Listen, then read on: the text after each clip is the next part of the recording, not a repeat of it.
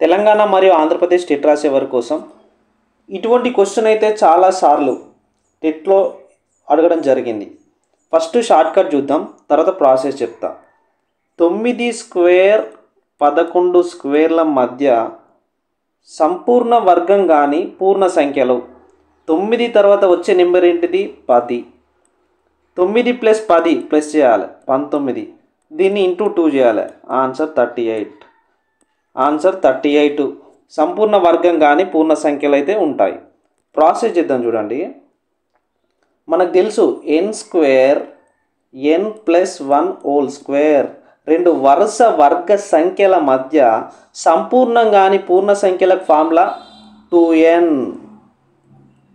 కానీ 9 square 11 square అనేటివి వరుస వర్గ సంఖ్యలు కాదు. 9 స్క్వేర్ 10 స్క్వేర్ మధ్య సంపూర్ణంగానే వర్గ సంఖ్యలు కనుక్కుందాం.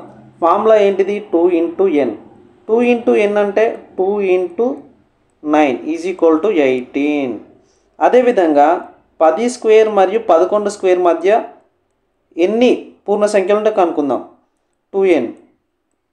2 × 10 20. టోటల్ ఈ రెండింటిని యాడ్ చేస్తే 38.